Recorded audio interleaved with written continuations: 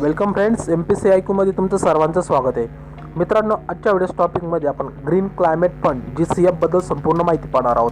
तर GCF त्याच्यावर काही क्वेश्चन आयोगाने विचारले सुद्धा आहे. राज्यसेवा पूर्व 2017 पण विचारलेत, UPSC मध्ये सुद्धा क्वेश्चन विचारलेले आहेत सध्या, आणि येणाऱ्या परीक्षेमध्ये सुद्धा हमखास विचारतील. कारण GCF म्हणजे ग्रीन क्लायमेट फंड आहे. जी फंड त्यांनी $100 बिलियन केली, त्यामध्ये अजून जमा झाली नाही. विशेषतः जे अमेरिका आहे, अमेरिकेनसुद्धा पूर्ण डॉलरची पूर्तता केली नाही. त्याच्यामुळे याचा फटका जे लहान लहान देश आहेत, या लहान लहान देश ज्यांना पर्यावरणाचा आपण काय होतं जे क्लायमेटिक चेंजचा इफेक्ट पडतो, त्यांना ही फंडची पूर्तता करता येत नाही. म्हणून हा इश्यू सध्या गाजतोय. तर बघा, आयोगाने क्वेश्चन विचारला होता, ग्रीन क्लायमेट फंडची स्थापना कोणत्या वर्षी झाली? हा राज्यसेवा पूर्व 2017ला विचारला आहे. पर्याय बघा, पहिलं 2010, दुसरं 2012, तिसरा आहे 2011, चौथा आहे 2014. तर ॲन्सर आहे मित्रांनो ते आहे 2010. तर ते पण सांगणार आहे का 2010ला स्थापन झाली म्हणून. स्पष्टीकरण पाहू आपण. याची स्थापना झाली 2010ला. उद्देश होता हवामान बदल परिणाम होणाऱ्या देशांना मदत, विशेषतः जे विकसनशील देश आहेत किंवा जे लहान देश जे समुद्रकिनारे आहेत, द्वीप आहेत, अशा देशांना मदत करणे. ग्रीन क्लायमेट फंडची स्थापना. तर बघा, हवामान बदल तुम्हाला माहिती सध्या खूप गाजत आहे. तर जे हवामान बदल आहे बघा, जे लहान लहान देश आहे, समजा उदाहरणार्थ मालदीव आहे, तर मालदीव देशासारख्यांना जे मोठमोठे चक्रीवादळ यांचा परिणाम होतो, किंवा जे बघा बर्फ वितळून जे हवामान जे समुद्राची पातळी ती वर वाढते, यांचे काय झाले, जे समुद्रकिनारचा भाग हा सरळ सरळ समुद्रामध्येच जातो यांच्या, म्हणजे यांची जी जमिनी भूमी ती कमी होत चालली आहे. त्याच्यामुळे अशा देशांना या विरोधात लढा देण्यासाठी काही मदत केली जाते. ती मदत म्हणजे ग्रीन क्लायमेट फंड म्हणली जाते. तर सध्या उद्देश बघायचा ग्रीन हाऊस गॅस कमी करणे आहे, परिणाम होणाऱ्या देशांना डायरेक्ट फंडची मदत करणे हे आहे. UNFCCC द्वारा हे केलेलं आहे बघा. जेव्हा कोपेनहेगन 2009ला जेव्हा कॉन्फरन्स भरली होती, त्यावेळी सर्व देशांनी मान्यता दिली की ग्रीन क्लायमेट फंडची स्थापना होईल, जेणेकरून जे विकसनशील देश आहे ज्यांना स्वतःला मदत करू शकत नाही, किंवा जे द्वीप आहेत लहान लहान, समजा बहरीन झाले, मालदीव झाले, या देशांना यांचं पर्यावरण किंवा जे पर्यावरण आहे तर ते व्यवस्थित राहावं म्हणून. तर बघा, हे कोपेनहेगनमध्ये विचार मांडला होता. याची स्थापना झाली COP 15 मध्ये 2009ला कोपेनहेगन संमेलनात याची काय झाली विचार मांडला होता, आणि 2010 मध्ये स्थापना झाली. बघा, ग्रीन क्लायमेट फंडमध्ये सर्वाधिक जे फंडिंग करतं तर ते आहे युरोपियन युनियन पहिले, दुसरा अमेरिका आहे, तिसरं आहे जपान आहे, चौथा आहे UK आहे. 2020 पर्यंत बघा, 2009-10ला त्यांनी सांगितलं होतं की $100 बिलियन गोळा करायचं, पण ॲक्च्युली आता 2020 पर्यंत ते होणार नाही आहे.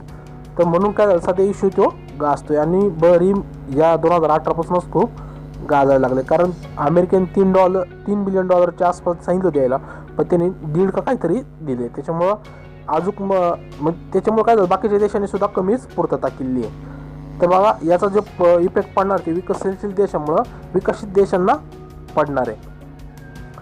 तर मग याचं मुख्यालय ग्रीन क्लायमेट फंडचं याचं सौंदो, दक्षिण कोरिया या ठिकाणी आहे. बघा, हे चर्चेत काय राहिलं होतं मी तुम्हाला आता सांगितलं. जी COPची बैठक झाली होती 24 मध्ये पोलंडला, या बैठकीच्या आधी बहरीनच्या या ठिकाणी UNFCCC काय बैठक झाली होती. त्यामध्ये बहरीन या देशात जो इफेक्ट पडला आहे, तर ते बहरीनने काय सांगितलं की आम्हाला या फंडिंगची खूप गरज आहे. तर फंडिंग त्यांनी माहिती होती, पण ॲक्च्युली त्यांनी तेवढी फंडिंग दिली नाही, कमी दिली आहे. तर बघा, बहरीनबद्दल पाहा. बहरीन एक छोटासा देश आहे जो गल्फ कंट्रीमध्ये, तुम्हाला दिसत असेल समोर मॅपमध्ये, सौदी अरेबिया आहे बघा, शेजारीच कतार आहे. सौदी अरेबिया इथं आणि कतार इथं हे बारीक देश आहे का, हे बहरीन आहे. हे कोणता देश आहे तर बहरीन. ह्या बहरीन देश एक छोटासा देश आहे जो गल्फ कंट्री, सध्या ज्या आपले मोदी यांना सुद्धा तिथला सर्वोच्च नागरिक सन्मान हा भेटलेला आहे. सौदी अरेबियाचे देश यामध्ये, आणि जे बहरीन आहे याला वर्ल्ड हेरिटेज साईटचा सुद्धा दर्जा दिलेला आहे. विशेषतः म्हणजे सौदी अरेबियामध्ये जे महिलांसाठी जे बंदी पोशाख असा बाबतीत, तर ते मुख्य स्त्रियांना, तर ते पोशाख या देशात तसं काही एवढं नाही आहे. हे महत्त्वाचं आहे. तर अशा प्रकारे ग्रीन क्लायमेट फंड GCF हा क्वेश्चन खूप बनतो. कारण ज्यावेळी आपण पर्यावरणाचं बघा क्लायमेट चेंजचा विचार करतो, त्यावेळी त्या जे फक्त मोठमोठ्या देश ग्रीन हाऊसचा विचार केला जातो, पण ॲक्च्युली जे लहान लहान देश आहे, मोठ्या देशांना एवढा काही इफेक्ट पडत नाही, पण जे लहान लहान देश यांना डायरेक्ट इफेक्ट पडत असतो. म्हणून या देशांना मदत म्हणून एक निधी जाहीर केला जातो, याला ग्रीन क्लायमेट फंड म्हणतात. त्या फंडचा उपयोग करून ते आपले संरक्षण करू शकतात. डायरेक्ट फंडिंग दिलं जातं यांना. तर ते फंडिंग तुम्हाला इक्विटीच्या मार्फत त्याला पर्सेंटेज असतं काहीतरी, तर त्या मार्फत तुम्हाला त्यांना दिली जाते.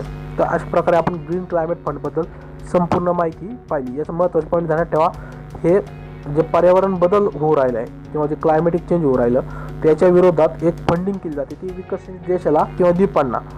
ही ग्रीन क्लायमेट फंड आहे. याची स्थापना 2010 साली झाली. याची जे मुख्यालय ते सौंदो दक्षिण कोरिया इथे आहे.